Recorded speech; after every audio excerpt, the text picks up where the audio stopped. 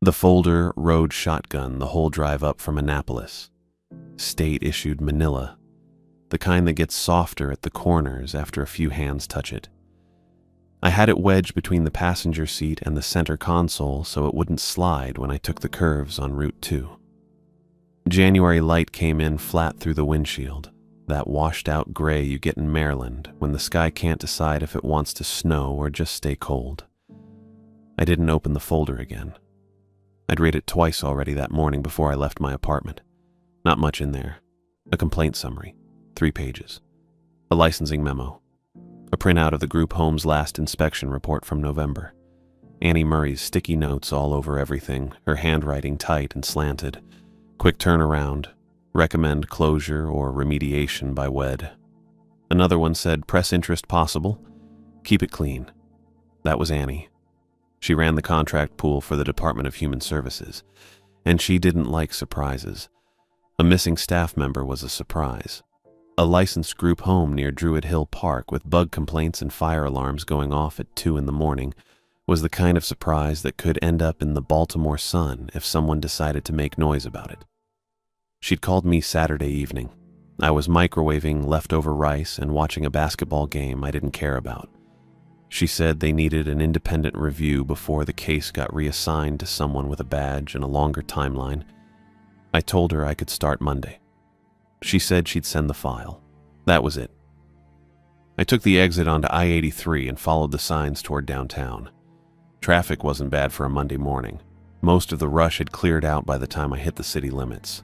I passed the hospital complexes and the row houses with their painted screens, then turned west when my phone told me to. Druid Hill was up ahead somewhere. I'd been to this part of Baltimore maybe twice before. Once for a training seminar. Once because I got lost coming back from a site visit in Park Heights. I figured this job should be routine. Go in, look at the logbooks, interview the staff who were still there, write up whether the home could keep its beds or needed to shut down until they fixed whatever was broken. Then I'd go home and wait for Annie to send me the next folder. But the complaint summary bugged me. It wasn't just the bugs. The inspection report mentioned pest activity in the basement and 2 second-floor rooms. Ants, mostly. Maybe roaches.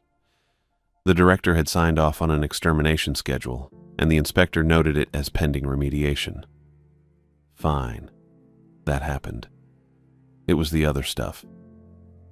Fire alarms. 4 times in 3 weeks, all between midnight and 4 in the morning. The report said the smoke detectors were functioning normally and no source was found. Staff logged it as malfunction, but 4 times was a lot. And then there was the boy, Mario Maldonado, 11 years old. The complaint summary said he'd been placed there in October after his last foster home requested an emergency move. No details on why. His case file wasn't included in what Annie sent me. Just a note that said, nonverbal, high supervision needs. The complaint didn't name him directly, but it mentioned that a resident with complex needs had been seen in the basement unaccompanied. And that was a licensing violation if the kid was flagged for 1-to-1. I didn't know if Mario was flagged. Annie's notes didn't say. The thing that stuck with me was the word nonverbal. I'd worked with a lot of kids who didn't talk. Some of them were autistic. Some had processing delays. Some just decided words weren't worth it after everything that had happened to them. It didn't mean they couldn't communicate. It just meant you had to pay attention to what they did instead of what they said. I used to be better at that. I turned onto Auchentorley Terrace and slowed down, checking the house numbers. The group home was supposed to be in a converted duplex halfway down the block. I spotted it before I saw the address.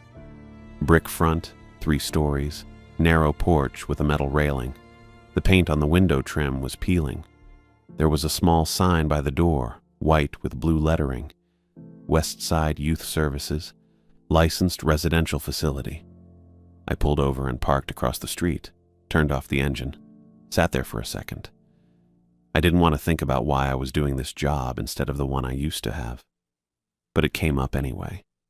It always did when I walked into a new placement.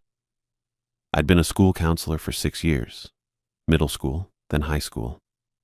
I liked the work. I was good at the parts that mattered. Listening, noticing when a kid's story didn't line up, writing the reports that got them services they actually needed. I wasn't great at the politics. I didn't smile enough in meetings. I pushed back when administrators wanted to move on from a case before it was finished. And then a girl I'd been working with died. Her name was Simone, 8th grade. She'd told me about what was happening at home, and I'd filed it the right way, followed every step in the protocol. Child Protective Services opened an investigation. It took them 11 days to make contact. By then, she'd stopped coming to school. By the time anyone checked on her, it was too late. The review said I'd done everything correctly. The district kept me on. But I couldn't stay in that building. I couldn't walk past her locker. I couldn't sit in another IEP meeting and pretend I believed the system worked if you just documented everything right. So I quit. And I ended up here. Contracted reviews for the state. No students depending on me. No long-term cases, just folders and recommendations and drive time. I grabbed the folder and got out of the car. The air smelled like cold pavement in somebody's wood stove. I crossed the street and climbed the steps to the porch. There was a doorbell and an intercom box. I pressed the button and waited. A voice came through the speaker. Male, young, yeah. Stephen Kelly, I'm here for the state review. A pause, then a buzz, and the lock clicked open. The guy who met me in the entryway was maybe 5'9", slim, wearing scrubs under a zip hoodie, dark hair cut short on the sides. He had an ID badge clipped to his pocket. The name on it said Peyton Gonzalez, LPN. You're the investigator, he said. Not a question. Consultant, I said. I'm doing the licensing review. Right. Okay. He stepped back and gestured toward a side room off the hall. We can talk in here. The room was small, probably used to be a dining room before the duplex got converted. Now it had a desk, a filing cabinet, a corkboard covered in schedules and medication charts. There was a space heater running in the corner. It rattled a little. Peyton sat down behind the desk. I stayed standing for a second, then pulled over a folding chair and sat across from him. You're the nurse on site? I asked. Yeah, days, mostly. Sometimes I cover evenings if we're short. I opened the folder and pulled out a pen. How many staff are here right now? Today? Me and one direct care aide. We've got another aide coming in at 3. The director's supposed to check in this afternoon, but I don't know if she will. And how many residents? 3. We've got 6 beds, but we're down to 3 right now. I wrote that down. Who's the missing staff member? His expression tightened a little. Kayla Lewis, case aide. She signed out Friday night and didn't come back. What time Friday? 11:45, end of second shift. Did she say where she was going? No. She just logged out in the book and left. I wasn't here. I saw it when I came in Saturday morning. Did she take anything with her? Peyton hesitated. Her coat, her bag. I don't know what else. Did anyone try to call her? Yeah. The weekend supervisor tried Saturday. It went to voicemail. She tried again Sunday. Same thing. And police? They took a report Sunday night. Missing adult. But they said since she signed out on her own and there's no sign of foul play, it's probably just someone who decided not to come back to work. I nodded. That sounded about right for how these things went.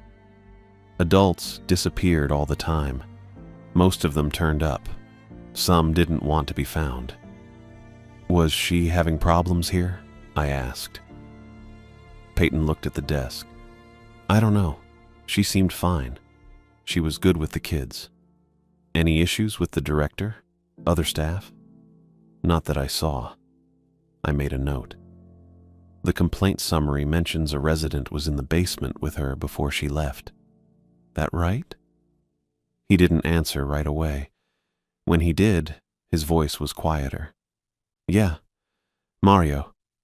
She took him down to do laundry. Why? He wanted to, I guess. She wrote it in the log. Resident requested task. Accompanied to basement laundry, 1930 to 2015. And she came back alone? Yeah. Did you ask Mario about it? Peyton's jaw tightened. Mario doesn't talk. At all? No. He writes sometimes, draws, but he doesn't say anything out loud. I wrote that down. Underlined it. What time did Kayla leave after that? Like I said, 11:45, she finished her shift. And Mario? He was in his room. Lights out at 10. He was there at bed check. I flipped back through the complaint summary, found the section about the basement. This says he was observed down there unaccompanied on another occasion. When was that? I don't know exactly. Maybe a week before. The overnight aide saw him on the stairs. She brought him back up. Is he supposed to be supervised one-to-one? Peyton looked uncomfortable. He's high supervision.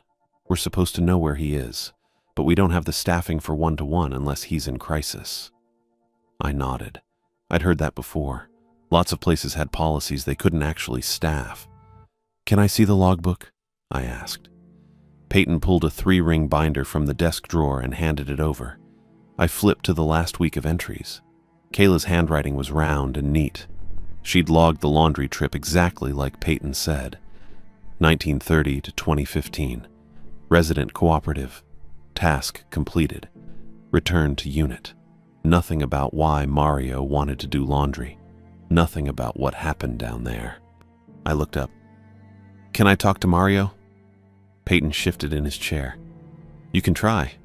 He probably won't respond. That's fine. He stood up. I'll take you to his room. We went up the stairs to the second floor. The walls were beige.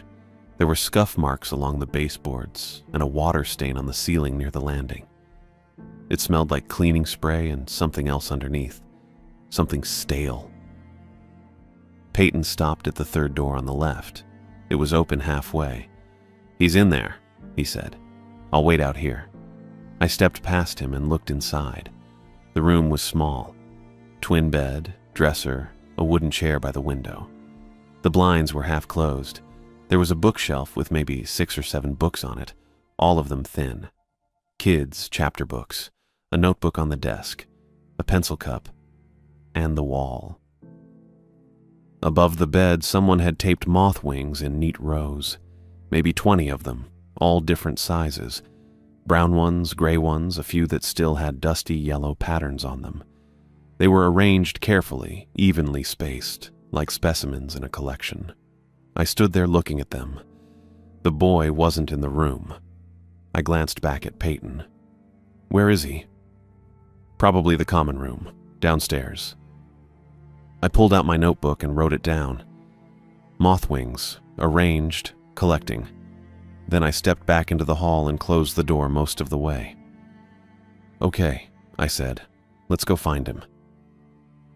I figured the residence would be easier than trying to get more out of Peyton right away. He'd given me what he had. The rest was going to be timeline work and direct questions to people who were actually there Friday night.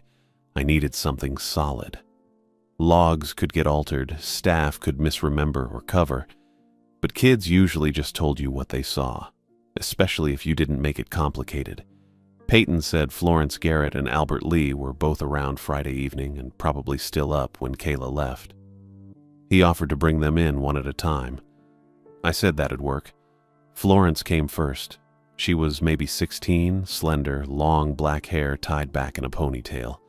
She wore a thrifted denim jacket over leggings and kept her hands folded in her lap when she sat down across from me. Peyton stayed in the doorway for a second, then left when I nodded. You're not in trouble, I said. I'm just trying to figure out what happened Friday night. You knew Kayla, right? Florence nodded. Yeah, she was nice. Did you see her that night? A little. She was on second shift. I saw her in the common room around dinner. Did she seem normal? Stressed? Upset? Florence thought about it. Normal, I think. She talked to Mario for a while. I wrote that down. What were they talking about? I don't know, she just sat with him. She did that sometimes. She spent extra time with him. Yeah. Florence shifted in her chair. I mean, she was nice to everyone, but she paid extra attention to Mario. He doesn't talk, so I think she liked that he just listened. That lined up with what Peyton said about Kayla taking Mario to the basement. What do you mean? She paid extra attention? Florence shrugged. Like she'd sit with him during quiet time and tell him stories, or she'd bring him a snack if he looked upset. Little stuff. She said he needed someone patient because he'd been bounced around a lot. Did anyone else notice? Probably. I don't think it was a secret or anything. She just... I don't know. She liked helping him, I guess. I kept my tone even. Do you know what kinds of stories she told him? Florence shook her head. I wasn't really listening. Just regular stuff, I think.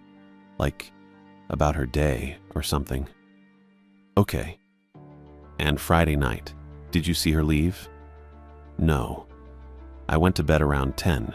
She was still here. Did you hear anything after that? Alarms, people moving around, anything weird? Florence hesitated. Not that night. But the alarms have been going off a lot lately. Like 2 or 3 times in the past few weeks. Middle of the night, and then there's nothing wrong. I made another note. Thanks, Florence. If you remember anything else, let Peyton know and he can call me. She nodded and left. Albert came in next. He was older, maybe 17, wiry build, close-cropped black hair. He wore a graphic hoodie with some band logo I didn't recognize and kept his arms crossed the whole time. You're the state guy, he said. Not a question. Yeah, Stephen Kelly. I'm trying to figure out what happened to Kayla. Albert snorted. Good luck. Nobody tells us anything. I'm asking you now. He looked at me for a second, then sat down. What do you want to know? Did you see Kayla Friday night? Yeah, she was here. Did she seem normal? I guess. I didn't really talk to her. Did you see Mario that night? Albert's expression shifted. Not much, but enough that I noticed. Yeah. What was he doing? Same thing he always does. Sitting in the corner with his notebook. Peyton said Kayla took him to the basement to do laundry. I didn't see that part, but yeah, she took him places sometimes. She was always trying to get him to do normal kid stuff. Did it work? Albert shrugged. I don't know, he's weird. He paces the halls at night. I paused. What do you mean? Like, after lights out, I hear him sometimes, walking back and forth in the hallway. Peyton knows about it. They just let him because he doesn't bother anyone. How often? I don't know. Couple times a week, maybe. And you're sure it's Mario? Yeah, I looked once. It was him. I wrote that down. Anything else unusual about him? Albert thought about it. There's this gray dust along the windowsills in the hall. I asked Peyton about it once, and he said maybe it was from the exterminator or something, but it keeps coming back. I see it near Mario's room mostly. Gray dust. I didn't know what to do with that yet, but I wrote it down anyway. Okay. Thanks, Albert. He got up and left without saying anything else. I found Peyton in the hallway outside, checking something on a clipboard. He looked up when I stepped out. Get what you needed? He asked. Maybe. Florence said Kayla spent extra time with Mario, told him stories, brought him snacks. You noticed that? Peyton nodded. Yeah, I mean, Kayla was like that with all the kids, but Mario was her project, I think. She said he needed consistency. And the nighttime pacing Albert mentioned? Oh, yeah. Peyton shifted his weight. Mario doesn't sleep well. We let him walk the halls as long as he stays on the second floor and doesn't wake anyone up. It's in his care plan. And the gray dust? Peyton frowned. That's been weird. We keep seeing it, but I don't know where it's coming from. The exterminator didn't find anything that would leave residue like that. What does it look like? Just dust. fine grayish. It shows up on the windowsills, sometimes on the floor near Mario's door. I wipe it down and it comes back. Could it be from outside? Maybe, but the windows are sealed. I made another note. What about the moths Florence mentioned? Oh, yeah. Peyton looked uncomfortable. Staff keep seeing small moths, like little gray ones. But the exterminator traps come up empty, so it's hard to document the normal way. They're just around sometimes. Then they're not. How long has that been happening? Since Mario got here, I think. October. I didn't say anything for a second, just wrote it down. Is that a problem? Peyton asked. I don't know yet. My phone buzzed in my pocket. I pulled it out and saw Annie Murray's name on the screen. I need to take this, I said. Peyton nodded and stepped away. I answered. Kelly. Steven, quick check-in. How's it going? Annie's voice was brisk, no preamble. Still gathering information. I've talked to the nurse and a couple of residents. I'll need to review logs and... Right. Listen, I need you to keep this simple. The department's getting heat from the licensing board, and we don't need this dragging out. I stopped walking. What do you mean, keep it simple?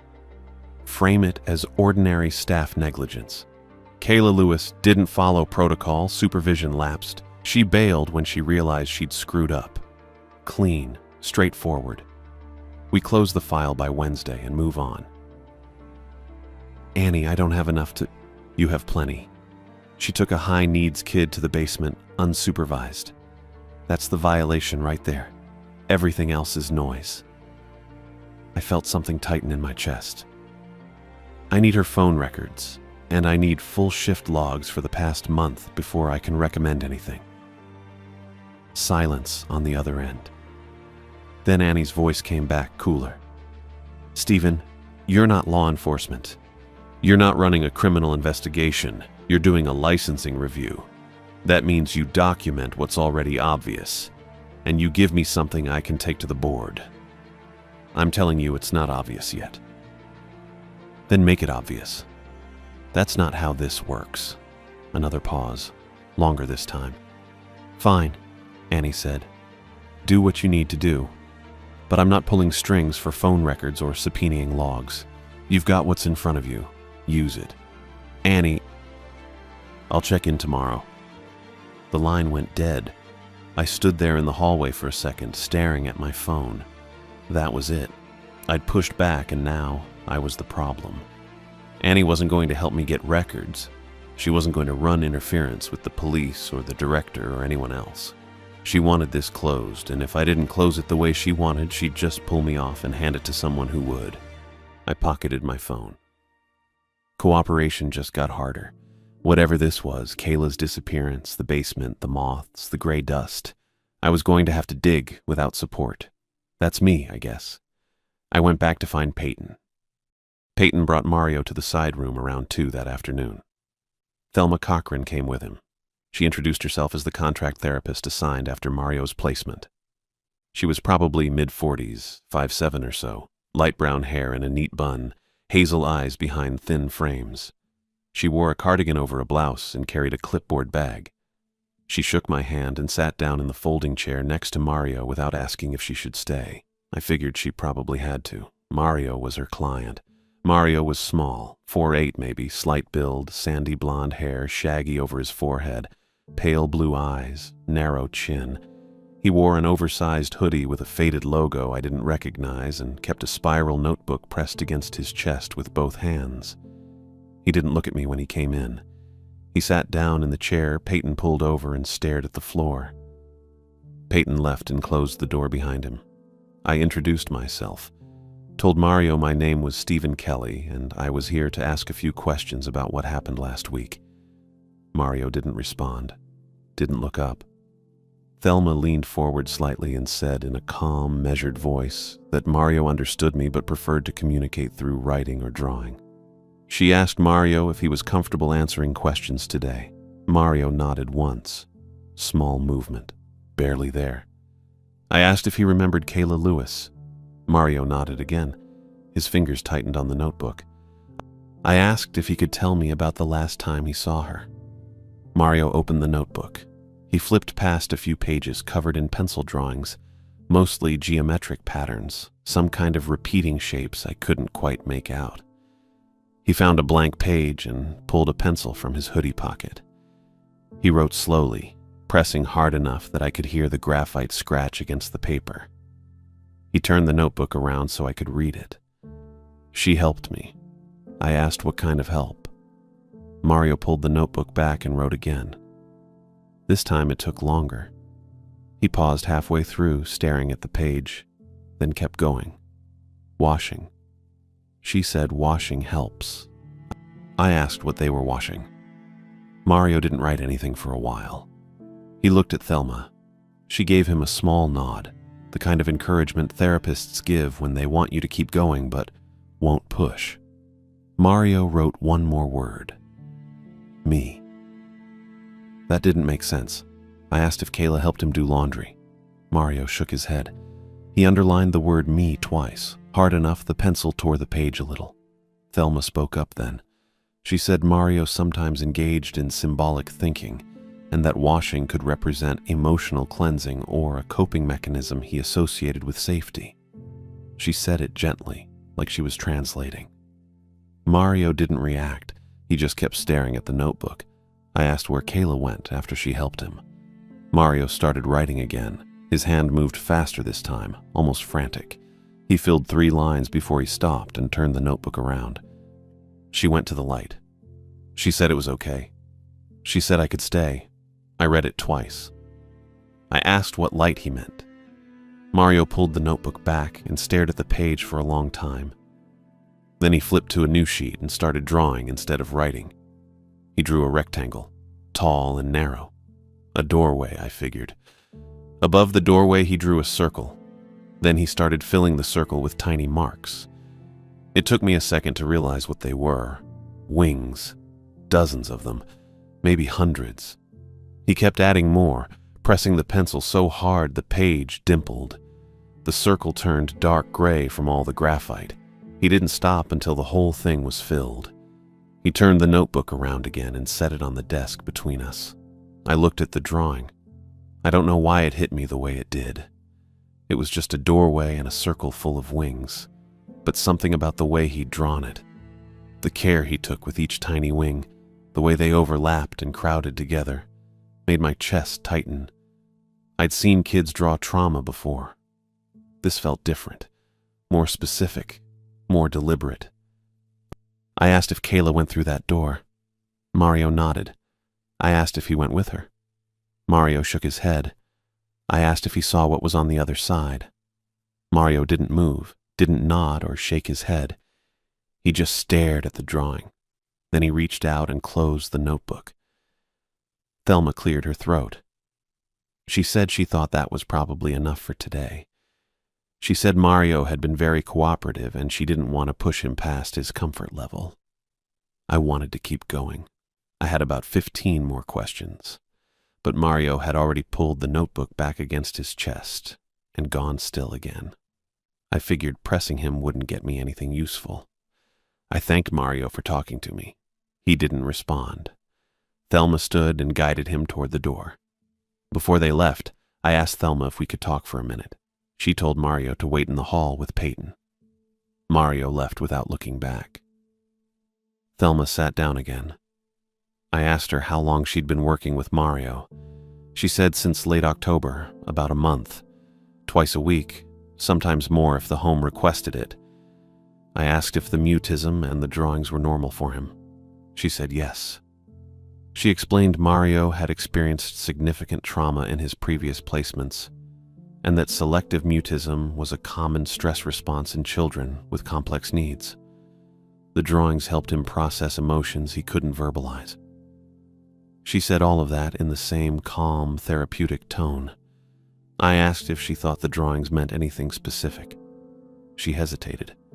Then she said imagery involving light and doorways could represent transition, loss, or separation anxiety. She said it wasn't unusual for a child like Mario to fixate on a staff member who showed him consistent attention, and Kayla's sudden disappearance could have triggered a grief response that manifested in symbolic drawings. I asked if she believed that. She looked at me for a long moment. Then she said she believed Mario was processing something difficult, but she also had to admit the timing was concerning. Kayla disappeared Friday night. Mario drew that picture Saturday morning during free time. Thelma had seen it in his notebook during their Sunday session. She'd asked him about it then, and he wouldn't explain. He just kept drawing more wings in the margins. I asked if she'd reported that to anyone.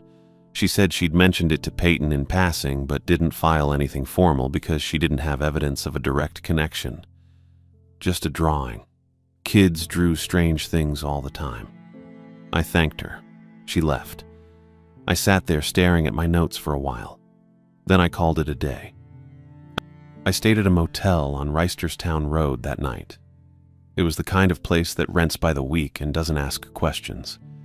$49 a night. Parking lot half full. Vending machine by the office that only took ones. My room was on the second floor. Brown carpet, floral bedspread, pressboard furniture bolted to the wall. It smelled like old cigarettes and industrial cleaner. I didn't care. I just needed a bed. I tried to sleep around 11. Didn't work. I kept waking up every hour or so with the certainty that something was crawling on my skin. I'd jolt awake, brush at my arms, check the sheets. Nothing there. Just the dark and the hum of the heating unit under the window. I'd lie back down and close my eyes, and 20 minutes later it would happen again. That same feeling. Something light and quick moving across my neck or along my ribs. Around 3 in the morning, I gave up. I turned on the bedside lamp and checked myself over. No bites, no marks, nothing. I figured it was just nerves. I'd had nights like this before, back when I was still working at the school. Nights where my brain wouldn't shut off and my body decided to invent problems to keep me awake. I got up to use the bathroom. I flipped on the light and caught my reflection in the mirror over the sink. I looked tired. More than tired. I looked like I hadn't slept in days. That's when I saw it. There was something on my shirt cuff, pale, small. I lifted my arm and looked closer. It was a larva, maybe half an inch long, cream-colored with a darker line down the center. It wasn't moving, just sitting there on the fabric. I brushed it off onto the counter. It landed on its side and stayed still. I stared at it for a few seconds. Then I pressed my thumb down on it. It didn't squish. It broke. Dry. It crumbled into gray grit under my thumb, the same kind of texture as the dust Albert had described on the windowsills. I pulled my hand back and looked at the residue. Fine gray powder. No moisture, no membrane, just grit. I looked at my shirt. It was the button-down I'd packed yesterday morning. The blue one I kept in my closet at home. I hadn't worn it to the group home. I'd worn my gray jacket and a black shirt. This one had been folded in my overnight bag the whole time. I stood there for a long time, just staring at the grit on the counter. Then I grabbed a tissue from the box by the toilet and carefully wiped the powder into it. I folded the tissue over twice and set it on the edge of the sink. I washed my hands, checked my shirt again, checked my bag. Nothing else, just the one. I didn't know what it proved. Probably nothing. Could have picked it up anywhere. The motel, my car, some random place I brushed against during the day. But I bagged it anyway. Put the tissue in a plastic bag from the ice bucket liner and sealed it. I wasn't sure what I was going to do with it. I just knew I wasn't going to ignore it. I didn't sleep the rest of the night. I got back to the group home around 9 the next morning. Peyton was at the desk doing med counts or something, and Florence was in the common room with a book. I needed to check a few more things in the logs, but she waved me over. "Hey," she said, "I remembered something." I sat on the arm of the couch. "Yeah?" Kayla used to tell Mario stories, like specific ones, not just about her day or whatever. She'd tell him the same story over and over. Florence pulled her hair out of the ponytail and redid it, which seemed like a nervous habit. I heard her tell it maybe 3 times. Always the same. What was the story about? A bee, or something that looked like a bee but wasn't really a bee. It collected things from people. Memories, maybe, or feelings. I don't know. Kayla said it was from a book. Florence shrugged. Mario really liked it. He'd sit there and just stare at her the whole time. I wrote that down. You know what book? No, but she brought it in once. I saw it on the table by the med station. It had a weird cover, like a kid's book, but not really. Okay. Thanks. Florence nodded and went back to reading. I figured it was probably nothing, just something Kayla used to keep Mario calm, but it bugged me a little. The drawing Mario made had all those wings, and now Florence was talking about a bee story. I told Peyton I'd be back in a couple hours and drove downtown. The Enoch Pratt Free Library was on Cathedral Street. Big stone building, old but clean, with those tall arched windows that make you feel like you're supposed to whisper. I parked 2 blocks over because street parking was a nightmare and walked back. Inside it smelled like old paper and floor wax. The circulation desk was near the front, staffed by a woman around 40 with black curly hair and a puff and a lanyard that said her name was Mackenzie Calderon. She smiled when I walked up. Can I help you? Yeah. I'm doing some background work for the state. I showed her my ID, the laminated one with the Department of Human Services seal that makes people think I have more authority than I actually do. I'm reviewing a group home over near Druid Hill. Just trying to track down some materials they might have checked out recently. Returns, mostly. Mackenzie nodded slowly. Okay. You have the address? I gave it to her. She typed it into the system, scrolling through something I couldn't see from my side of the desk. We have an institutional account linked to that address. Looks like they return books pretty regularly, mostly kids' chapter books, some young adult stuff. She kept scrolling. Last return was 6 days ago. 1 item. Can I see it? Should still be on the cart if it hasn't been reshelved yet. She stood and walked over to a metal cart near the back wall, scanning spines. I waited. She pulled a thin book from the middle shelf and brought it back. It was in one of those clear plastic protective sleeves libraries use for books that might get damaged easily. She set it on the desk between us. The paper lantern and the hollow bee. No author name on the cover, just the title in pale gold lettering above an illustration of a bee. The bee was painted in watercolor, soft gray and yellow with too many legs. And the face. The face was human. Small and round, like a child's face, but the expression was wrong. Not smiling, not frowning, just blank. I stared at it for a second longer than I meant to. Can I look through it? Sure. I opened the sleeve and flipped through the pages. The story was simple.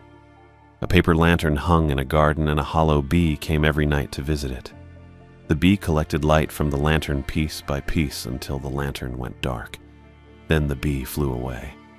That was it. Maybe 20 pages total, but the illustrations were the thing that got me. The bee's face changed on every page. Subtle.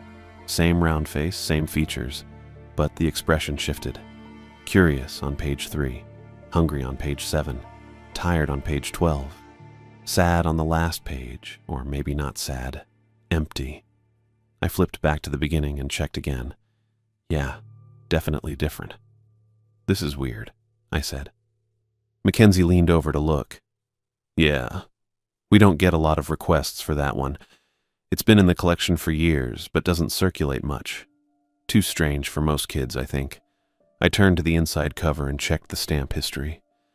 The book had been checked out 4 times in the past 3 years. The most recent stamp was from 8 days ago, with the return dated 6 days ago, right before Kayla disappeared. Can I check this out? Sure, you have a card? Yeah. I handed it over. Mackenzie scanned my card, scanned the book, handed both back. Due in 3 weeks. Thanks. I carried the book out to the car and sat in the driver's seat for a while, just holding it. The bee's face on the cover stared up at me. I couldn't tell if it was looking at me or past me. I put it in the folder with the rest of my notes and drove back to the group home. When I got there, a patrol car was parked out front, not blocking the driveway, just sitting at the curb. I pulled in behind it and got out. A uniformed officer was standing on the porch talking to Peyton. The officer turned when I came up the steps. He was maybe 6 feet, solid build, short black hair, brown eyes, squared jaw with stubble. His badge said Curtis. "You Kelly?" he asked. "Yeah." "Declan Curtis. I'm following up on Kayla Lewis's missing person report." He glanced at Peyton, then back at me. "Peyton says you're doing a state review." "That's right." Curtis pulled a notepad from his jacket pocket. "Got a witness who says they saw Kayla's car Friday night. Chevy Malibu, blue, Maryland plates. Parked near Herring Run Park around 11:30. Witness was walking their dog. Said the car was empty, but the engine was still warm." I wrote that down. "Which part of the park?" "East side, near the creek access off Parkside Drive. Witness didn't think much of it at the time, but when they saw the missing person bulletin Sunday, they called it in." "Anyone check it out?" "I drove by yesterday. No car there now. No obvious signs of anything. But if she was there Friday night, it's worth a look." Curtis put the notepad away. "You planning to keep working this?" "Yeah." "All right. Let me know if you find anything. I'll do the same." He left. Peyton watched him go, then looked at me. "You think she's still alive?" I didn't answer. I just told him I'd be back tomorrow and got in my car. Herring Run Park was 20 minutes east. I took Sinclair Lane to Parkside and parked near the trail access Curtis mentioned. It was cold enough that my breath fogged when I got out. The park was mostly empty. A few runners on the main path, nobody near the creek. I walked down the access trail, hands in my coat pockets, looking for anything that stood out. The ground was frozen solid, bits of ice in the tire ruts where maintenance vehicles probably drove through. The creek ran parallel to the path about 30 feet to the left, half frozen, the sound of water underneath the ice faint and brittle. I kept walking. The path curved and the trees got thicker. I almost missed it. There was a scorched patch maybe 10 feet off the trail down near the creek. Circular, about 2 feet across, black against the pale frozen dirt. I walked over and crouched down next to it. The smell hit me right away. Lighter fluid, strong enough that it couldn't have been more than a day or two old. I looked closer. The scorch marks were concentrated in the center, like something small had been burned there. Not a pile of leaves or trash. Something compact. I couldn't tell what. The edges of the burn were clean, deliberate. Whoever did this used accelerant and made sure it burned completely. I stood up and looked around. No footprints, no other marks. Just the scorched patch and the smell. I pulled out my phone and took 3 photos from different angles. Then I stood there for a minute trying to make it make sense. Kayla's car was here Friday night. Someone burned something small near the creek. Maybe the same night. Maybe not. Could have been unrelated. Kids messing around, someone disposing of something they didn't want found. Could have been Kayla herself, panicking, trying to erase evidence of whatever mistake she made with Mario. But that didn't fit. If Kayla screwed up and took Mario somewhere he wasn't supposed to be, why drive out to Herring Run Park in the middle of the night? Why burn something by the creek? And the book. The story about the hollow bee. Mario's drawing with all the wings. The gray dust Peyton kept wiping away. The alarms going off at 2 in the morning with no source. None of it fit together. Not in a way that made sense. I walked back to my car, got in, and sat there with the heater running. I thought about calling Curtis and telling him about the scorched patch. I thought about calling Annie and explaining why I couldn't close this by Wednesday. I didn't call anyone. I just sat there staring at the trailhead, trying to figure out what the hell I was supposed to do next. I pulled into the lot around 3 that afternoon. The burned patch at Herring Run was still stuck in my head. The clean edges, the smell of lighter fluid, the way it looked deliberate. I had my folder with the book inside, the one with the hollow bee and the kid's face that didn't look quite right. Peyton met me at the door before I even made it up the steps. "Mario's gone," he said. No preamble, just that. I stopped on the second step. "Gone when?" "Head count at 2:30. He was there at lunch. I checked his room after and he wasn't there. Checked everywhere upstairs." Peyton's voice was moving faster than usual, words clipping together. "Florence said she saw him in the common room around 1, but that's the last anyone saw him." I came up the rest of the steps. "Alarms?" "Nothing. Door logs are clean. No exit recorded since this morning when the aide went to get groceries." That stopped me. The doors had magnetic contacts. If Mario left through the front or the back, the system should have logged it.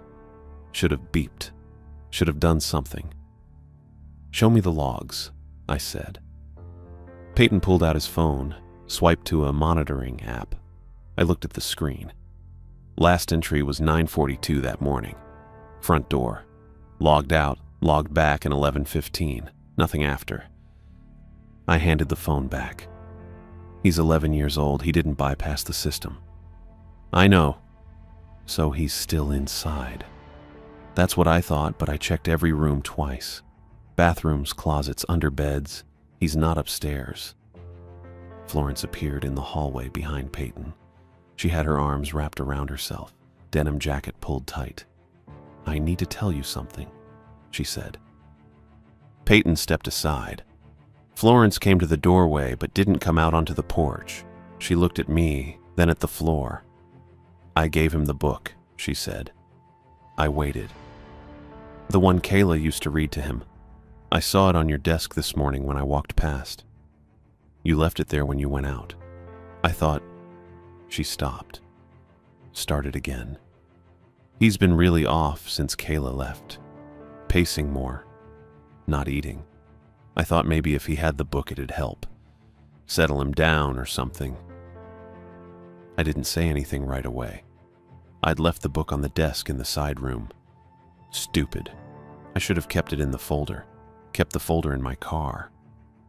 But I'd been looking at it again before I left, trying to figure out why someone would check it out, read it to a kid over and over, then return it the day before disappearing. "When?" I asked. "Around noon, right after lunch. He was in the common room and I brought it to him. He just stared at it for a while. Then he opened it. I left him alone after that." "Did he take it with him?" "I don't know. I didn't see it when Peyton said he was missing. It's not in the common room now." I rubbed my face. Probably looked like I was frustrated with her. Maybe I was, a little, but mostly I was frustrated with myself. Thelma Cochran came down the stairs behind Florence. She had her cardigan on, bag over one shoulder, and she looked calm. Too calm. "I'm sure he hasn't gone far," Thelma said. "Children like Mario don't just vanish. He's probably found a corner somewhere quiet, a place he feels safe." I looked at her. She had that therapist tone going, measured, soothing, like she was talking to a scared parent in a conference room. It was hollow, not fake exactly, just routine. She'd said some version of this before, probably dozens of times, and it had been true often enough that she believed it. I didn't. "We're going to search the whole building," I said. "Every room, every closet, basement to attic." Peyton nodded. Thelma opened her mouth like she wanted to say something else, then closed it. "Florence, you take the second floor with Peyton," I said. "Check the residence rooms again, linen closets, storage. Thelma, first floor. I'll do the basement." Thelma frowned. "Shouldn't we search in pairs?" "We will be. You're staying on the first floor with the other residents. Keep them calm. I just need to clear the basement." She didn't argue after that. We split up. I took the stairs down. The basement was the same as when I'd been here yesterday. Bare bulbs, concrete floor, smell of detergent and mildew. Washing machines along one wall, dryer next to them, utility sink in the corner. Shelves with cleaning supplies and bulk toilet paper. furnace humming behind a metal cage in the back. I checked behind the shelves first. Nothing. Checked the furnace room. Just the furnace and a water heater and about 100 dust bunnies. I came back to the laundry area. That's when I saw it. The floor drain in the center of the room, the one I'd barely noticed yesterday, had fresh caulk around the edges. Glossy, uneven. Someone had sealed it recently enough that the caulk hadn't fully cured yet. I could see the texture, the way it beaded in some spots and smeared in others. I crouched next to it. Up close, it was worse. The caulk was thick, applied in a hurry. Definitely not professional work. It covered the seam where the drain cover met the floor all the way around. I stood and went back upstairs. Found Peyton in the hallway outside the residence rooms. "Did maintenance seal the basement drain?" I asked. He looked confused. "What?" "The floor drain in the laundry room. There's fresh caulk around it." "Was there a work order?" "No, I would have logged it." He pulled out his phone again, checked something. "Nothing filed. Why would we seal a drain?" "I don't know." Thelma came out of the common room. "Maybe it was leaking," she said, "or smelling. Old drains do that." "Peyton would know if there was a leak," I said. "Not if it happened over the weekend," Thelma said. "Maybe the weekend supervisor handled it." Peyton shook his head. "I talked to him Sunday night when I came in. He didn't mention anything about the drain, and he would have told me. That's protocol." I went back downstairs. Peyton followed me this time.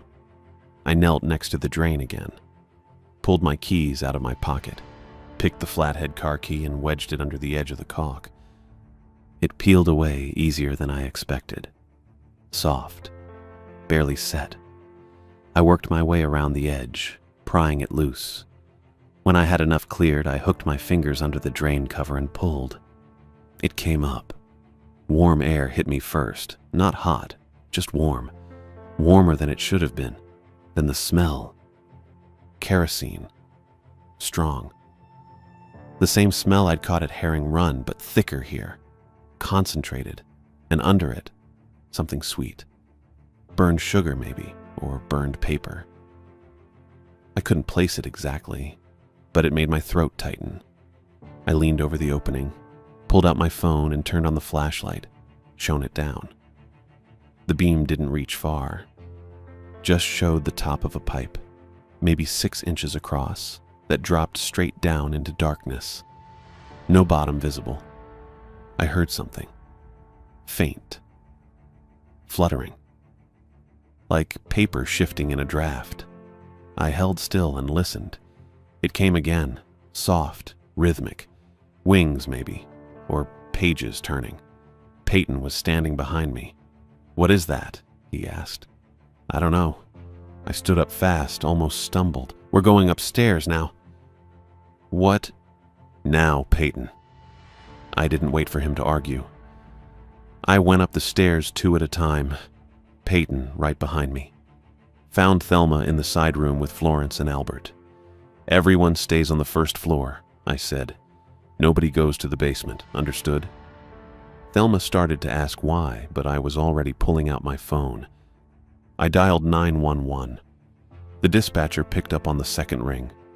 I gave her the address, told her we had a missing child, 11 years old, nonverbal, last seen 2 hours ago. Told her there was a potential hazard in the basement. Unsealed drain, chemical smell, possible confined space danger. She said she was sending police and fire rescue. ETA 12 minutes. I hung up and stood in the hallway. My phone rang. Unknown number. I stared at the screen for a second, then answered. "Hello?" No voice. Just tapping. Rhythmic. Deliberate. Tap, tap. Pause. Tap. I knew that pattern. I'd seen it before. "Mario," I said. Tap, tap. "Yes." My chest went tight. "Are you safe?" Tap, tap. "Are you hurt?" Tap, pause, tap. "No," I swallowed. "Is Kayla Lewis alive?" Long pause. Tap. "No." Another pause. Tap, tap, tap, tap, tap, tap. I didn't know what that meant. The rhythm was different, faster, almost frantic. Then the call dropped. I stood there holding the phone, staring at the screen. My right palm itched. I looked down. There was a welt, raised, red, about the size of a dime. Right in the center of my palm where Mario had brushed against me earlier when Thelma brought him into the side room for the interview. I hadn't noticed it then, hadn't felt it, but it was there now. It looked like a sting. The sirens came in layers. Police first, then fire, then another engine I couldn't identify from the sound alone. I stood on the porch with Peyton behind me and watched 3 vehicles pull up in sequence like they'd rehearsed it. Declan Curtis stepped out of the first patrol car, same squared jaw and winter jacket from yesterday. Behind him came a fire truck and a rescue unit that looked more like an ambulance than anything else. A man in turnout gear climbed down from the truck and walked straight toward me without waiting for introduction. 6 feet, broad shoulders, graying hair cut military short, Lieutenant bars on his collar. He introduced himself as Jeremy O'Donnell and asked who called it in. I raised my hand and said, "Stephen Kelly, state contractor." He asked where the child was last seen. I told him upstairs common room around 1 p.m., and that we'd searched the building twice with no exits logged since mid-morning. Jeremy asked about the hazard I'd mentioned on the call. I said basement drain, unsealed, chemical smell, and I wasn't sure what was down there, but it was warm and something was moving. Declan came up the steps and nodded at me. He asked if this was related to Kayla Lewis. I said probably yes, and that I'd explain once we secured the kid. Jeremy told his crew to gear up for confined space entry and sent someone back to the truck for detection equipment. I asked if I could go down with them. Jeremy looked at me for a beat, then asked if I had training. I said no, but I knew the case, and the child and I might be able to help if we found him. Jeremy said absolutely not. This was a rescue operation, not a consultation.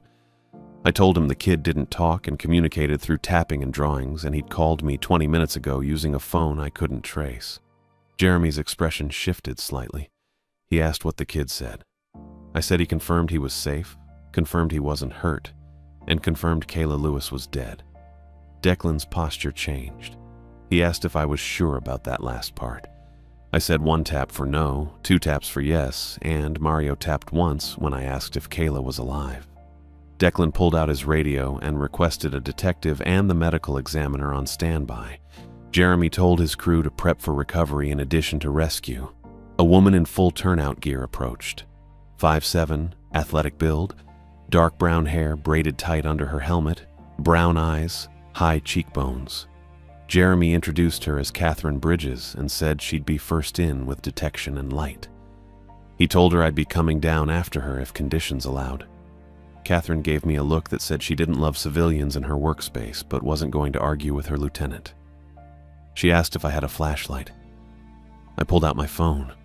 She handed me a spare torch from her belt instead and told me to stay within arm's reach of her at all times. And if she said move, I moved. I followed Catherine and Jeremy around the side of the building to the exterior basement access. Peyton had unlocked it from inside. The door stood open, and the smell rolled out even before we started down the concrete steps. Kerosene, burned sugar, something else underneath I still couldn't name. Catherine pulled on her helmet and flicked on her headlamp. She tested the air with a handheld meter that beeped twice, then settled into a steady green light. She said oxygen was acceptable and no explosive gases detected, but the chemical smell was real and we'd be keeping it short. We went down. The basement opened into the same laundry room I'd searched an hour ago. Washer, dryer, concrete floor, open drain in the center with the cover still off where I'd pried it. Catherine crouched next to it and shone her light down. The beam disappeared into the pipe for about 6 feet, then hit open space. She called up to Jeremy that it looked like the drain pipe dropped into a service corridor or subsurface tunnel. Jeremy asked if it was stable. Catherine said she couldn't tell from here. Jeremy told her to proceed with caution, and he'd be right behind her. Catherine lowered herself into the drain feet first. It was tight, but she was lean, and her gear compressed enough to fit. She dropped about 8 feet, and I heard her boots hit concrete below. Her voice came back up, slightly muffled, saying the corridor was approximately 4 feet wide, 7 feet tall, concrete construction, and extended in both directions. She said she was proceeding east toward the neighboring property. Jeremy went next. I waited at the edge and watched his light disappear. Then Catherine called up and told me to come down slow and use the pipe edges for grip. I sat on the floor, swung my legs into the drain, and pushed off. My shoulders barely fit. I scraped my jacket on the way down and landed harder than I wanted to, stumbling forward into Jeremy's back. He steadied me without comment. Catherine was already 15 feet ahead, her light sweeping the walls. I followed with Jeremy between us. The corridor smelled worse down here, thick, sweet, burned. The concrete was old, cracked in places, with water stains running vertical along the seams. My light caught something on the wall to my left and I stopped. Moths. Dozens of them. Maybe hundreds, pressed flat against the concrete like someone had pinned them there. Gray wings, pale yellow markings, too many legs. They didn't move when the light hit them. They looked dried out, papery, stuck in place with something I couldn't identify. I reached out and touched one. It crumbled into dust under my finger. Catherine called back, asking if I was keeping up. I said yes and kept moving. 30 feet in, the corridor widened slightly and the smell changed. Less kerosene, more organic. Burned meat. I knew that smell. I'd smelled it once before, at a car fire during my school counseling days when a student's uncle had crashed on the highway. I didn't want to smell it here. Catherine stopped ahead and raised one hand. Jeremy and I stopped behind her. She said she had a body. Kayla Lewis lay face down 10 feet ahead, arms behind her back, wrists bound with white cord that looked like laundry line. Her skin was blistered, blackened along her shoulders and neck. Her hair was burned short on one side. The concrete around her was scorched in a wide, uneven circle, darker toward the center. The smell was unbearable. Jeremy stepped forward and crouched next to her. He checked for a pulse at her neck even though it was obvious she was gone. He called it over the radio. Time of discovery, condition, probable homicide. Declan's voice came back saying he was notifying the detectives and securing the scene upstairs. I stood there staring at her and felt something tighten in my chest that I recognized from before. Simone's locker, the district review, the careful language everyone used to explain why the system had worked correctly, even though a kid was dead. I'd fought Annie for phone records and subpoena access, and she'd shut me down because this was supposed to be a licensing review, not a criminal investigation. I'd accepted that. I'd filed it away as bureaucratic obstruction and kept working with what I had. And now Kayla Lewis was dead on scorched concrete with her wrists tied, and I was standing over her body realizing I'd been too slow, too compliant, too willing to work within the system. Catherine's voice pulled me back. She said the corridor continued another 20 feet and ended at a metal door. Jeremy told her to proceed. I followed. The door was industrial, heavy, painted gray about 100 years ago. It stood half open. Beyond it was another basement, different layout, same vintage concrete. Catherine stepped through first and swept her light across the space. Furnace in the corner, water heater, stack of old paint cans, camping stove on the floor near the center of the room. Mario sat cross-legged behind the stove. 4'8", slight build, sandy blonde hair, pale blue eyes, oversized hoodie. He didn't look up when we entered. The library book lay open on the floor in front of him, pages facing us. I couldn't see the illustration from where I stood, but I saw Mario's hand resting on the edge of the page like he was holding it open. Catherine told him to stay still and keep his hands visible. Mario didn't move. Jeremy stepped through the doorway behind me and immediately told Catherine to hold position. He'd seen something I hadn't. I followed his gaze and saw the line of liquid running from the camping stove toward the corridor entrance where we stood. Clear, strong, chemical smell. Rubbing alcohol, maybe something stronger. Mario lifted his other hand and tapped twice on the metal casing of the stove. Tap, tap. Then he pointed at me. Jeremy said nobody was going anywhere alone. Mario tapped again, harder. Tap, tap, tap. He pulled a small lighter from his hoodie pocket and held it up where we could see it. I said I'd go. Jeremy grabbed my shoulder and said, absolutely not. I told him Mario wasn't going to hurt me. He just wanted to explain something, and if we rushed him, he'd light it. Jeremy asked how I knew that. I said I didn't, but the welt on my palm was itching again, and I had a feeling. Catherine asked what welt. I showed her my right hand. The red mark in the center of my palm had darkened since this morning, raised and angry-looking, shaped like something with a small, round mouth had pressed into the skin. Jeremy looked at it, looked at Mario, looked at the alcohol line on the floor. He spoke into his radio and told someone outside to bring the foam unit to the neighboring building's basement access immediately. Then he told me to step back slowly and let the professionals handle it. I nodded. I took one step back. Mario flicked the lighter. The foam hit before the flame even reached the alcohol. White chemical spray from behind us, pressurized, loud as a gunshot in the enclosed space. It knocked the lighter out of Mario's hand and drenched the floor in 2 seconds flat. Mario fell backward, startled, arms up. The book flipped on its own, pages turning fast, like wind was catching them even though there was no wind. Moths poured out. Not flew. Poured. Like ash, like paper scraps, gray and yellow and weightless, spilling from between the pages onto the wet concrete where they stuck and dissolved into nothing. Catherine moved fast.